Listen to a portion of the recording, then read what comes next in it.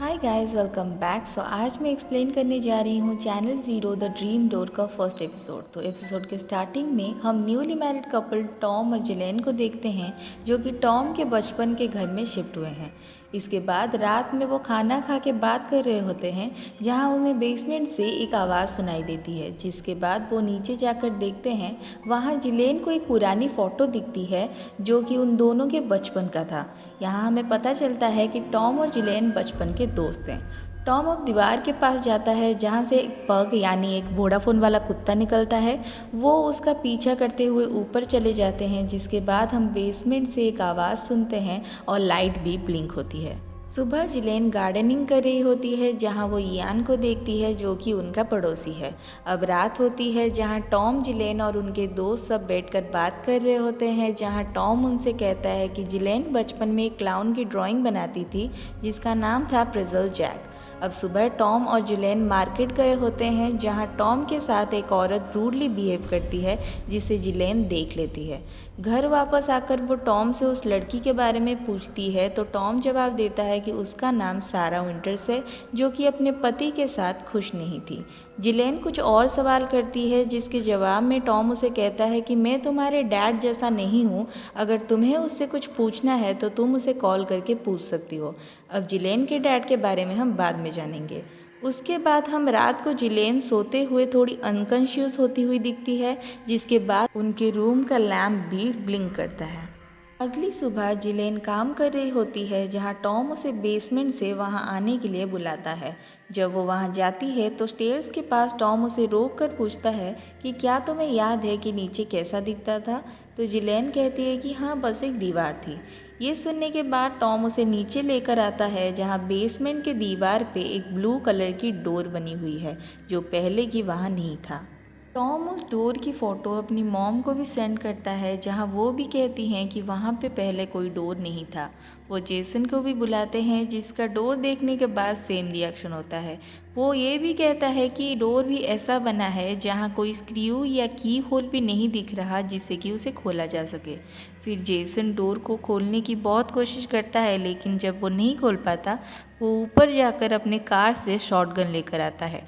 अब डोर खोलने के लिए जब वो शॉटगन से फायर कर रहा होता है, तो लाइट ऑन ऑफ होके चली जाती है। 6 गोलियों के बाद उस डोर का लॉक टूट जाता है। डोर खोलने के बाद वो सामने नीचे की तरफ जाती हुई सीढ़ियाँ देखते हैं, जिसके एंड में और एक डोर होता है, जिसके पास जाने पर वो डोर पे बनी हुई एक हाथ के निशान को देखते हैं। ये डोर भी लॉक होता है, पर इस बार जिलेन जेसन को वो गन यूज़ करने से मना करती है। फिर वो तीनों अपनी पड़ोसी यानी इयान के घर जाते हैं, उसका बेसमेंट देखने, जहाँ उसका बेसमेंट नॉर्मल होता है और उस पर कोई भी डोर नहीं होता। फिर वो वापस आ जाते हैं और इस बार इस डोर को जेसन का शॉटगन भी नहीं खोल पाता। वो हर मुमकिन कोशिश करते हैं, लेकिन फिर भी कुछ नहीं होता, जिसके बाद सब ऊपर चले जाते हैं और जिलेन जाते हुए उस डोर को नॉक करती है, पर कुछ नहीं होता और वो ऊपर चली जाती है। पर वो जाने के बाद अंदर से कोई नॉक करता है। अब जिलेन थेरेपिस्ट एबल कानाकी के पास जाती है और उस डोर के बारे में बताती है, जहां एबल उसे कहता है कि शायद इसे टॉम के डैड ने स्टोर रूम की तरह बनाया होगा। फिर जिलेन टॉम के बारे में ये बताती है कि वो रात में किसी को कॉल करता है और मैंने उसको एक लड़की के साथ आर्ग्यू करते हुए भी देखा था, जिसके बारे में मुझे कुछ नहीं पता। एबल उसको टॉम से बात करके कंफर्म होने की सलाह देता है।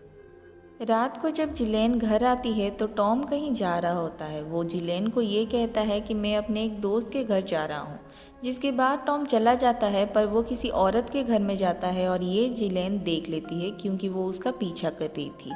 ये देखकर वो वापस घर लौट आती है। कुछ देर बाद जिलेन बेसमेंट में उस डोर के पास जाती है और उस हाथ के निशान पे अपना हाथ रखती है, जिसके बाद उसका टॉर्च ब्लिंक होता है और डोर खुलने की आवाज़ आती है। वो डोर खोलती है तो सामने एक अंधेरा सा रूम होता है, जिसके एक कॉर्नर में एक क्लाउन होता है, जो कि उस रूम से बाहर भाग जाता है। ये क्लाउन जैक की तरह होता है, जिसकी ड्राइंग जिलेन बचपन में बनाती थी। अब ये देखकर जिलेन डर जाती है और पुलिस को कॉल कर देती है। पुलिस की आवाज़ से इयान भी बाहर निकल के खड़ा होकर देख रहा होता है, जहाँ जिलेन उसके पास आकर उसे इन सब के लिए माफ़ी मांगती है। इयान उसे पूछता है कि क्या तुम ऐसी चीज़ों पे भरोसा करती हो जैसे कि कोई स्पेशल लोगों के साथ कुछ चीज़ें होती है, पर फिर वो माफ़ी मांगने लगता है और घर के अंदर चला जाता है। अब सुबह जिलेन कुछ काम कर रही होती है, पर फिर उसे उस नंबर के बारे में याद आता है और वो टॉम की कॉल रिसीप्ट से उस अननोन नंबर को कॉल करती है। कॉल पे एक लड़की होती है जो कि सारा विंटर्स थी। जिलेन खुद को जब टॉम की वाइफ बताती है तो वो कहती है कि टॉम मुझसे दूर रहो, जिसके बाद वो कॉल काट देती है। रात को जिलेन बाहर बैठी होती है जहाँ टॉम आता है और पूछता है कि क्या हुआ है। तो जिलेन कहती है कि मैंने आज सारा विंटर से बात की, तुम उसे 3 दिन में 5 बार कॉल कर चुके हो और वगैरह वगैरह। तो टॉम और जिलेन के बीच में उस कॉल रिसीप्ट को लेकर बहस हो जाती है, जिसके बाद टॉम वहाँ से चला जाता है। यहाँ हम फिर से जैक को बैकग्राउंड में देखते हैं। अब टॉम फिर से उस औरत के घर में जाता है और जिलेन जाती है जेसन के पास। जिलेन जेसन से टॉम के बारे में पूछती है कि क्या मुझे टॉम धोखा दे रहा है, तो जेसन मना करता है। जिसके बाद जिलेन सारा विंटर्स और टॉम जिस औरत के घर में जाता है उसके बारे में भी पूछती है, लेकिन जेसन सब के बारे में मना करता है और कहता है कि सब कुछ ठीक है। पर जिलेन ये नहीं मानती, जहाँ जेसन उसे कहता है कि तुम ऐसी चीज़ों के लिए टॉम को ब्लेम नहीं कर सकती जिसको तुम्हारे डैड ने 20 साल पहले किया था। अब जिलेन अपने डैड के बारे में सुनकर गुस्सा हो जाती है और जेसन पे टॉम का सच ना बताने के लिए चिल्लाती है। जेसन भी उस पे टॉम को शक करने के लिए चिल्लाता है, जिसके बाद हम लाइट को ब्लिंक होते हुए देखते हैं और अगले रूम में जैक खड़ा होता है। जेसन और जिलेन झगड़ रहे होते हैं, जिसके बीच जैक एक चाकू लेकर बाहर आता है और जेसन के मुंह पे चाकू घुसा घुसा के उसे मार डालता है। जिसके बाद जिलेन चिल्लाती है और जैक उठकर डांस करते हुए उस रूम के अंदर चला जाता है। एंड एपिसोड 1 यहीं ख़त्म होता है।